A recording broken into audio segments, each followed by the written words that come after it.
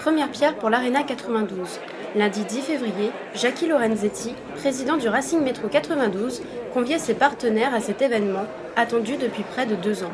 Le chemin était très long, donc on a été marqué par les difficultés pendant ces 5 ans. Mais je pense à tous ceux qui m'ont soutenu, qui m'ont aidé.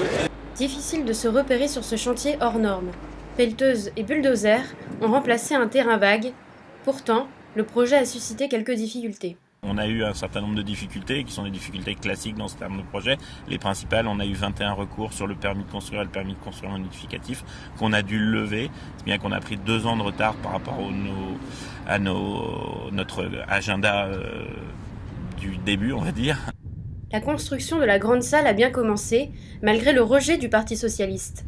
Patrice Marchal, président du groupe des élus socialistes de Nanterre, est l'un des premiers à avoir voté contre le projet. J'appelle ça d'urbanisme, d'opportunisme, plutôt qu'autre chose, quoi. On était dans un débat public, et dans ce débat public, on a pris position, à un moment donné contre le projet jusqu'au bout, on est resté sur cette position. Mais par rapport au président Lorenzetti, avec qui on a dialogué, avec qui on a débattu, je pense qu'on a débattu correctement avec quelqu'un d'intelligent qui, je pense, a compris nos raisons. Mais il avait aussi les siennes et il s'est battu aussi jusqu'au bout parce que je pense que c'est un homme qui sait ce qu'il veut. Futur repère des rugbymen, l'Arena 92 accueillera plus de 30 000 spectateurs. Du rugby, mais aussi d'autres événements culturels feront vivre cette nouvelle structure. Le staff et les joueurs s'en réjouissent déjà. L'équipe a envie d'élever le club le plus haut possible pour que quand ce stade sera fini, il y ait une très très belle équipe qui puisse jouer dans un très très beau stade.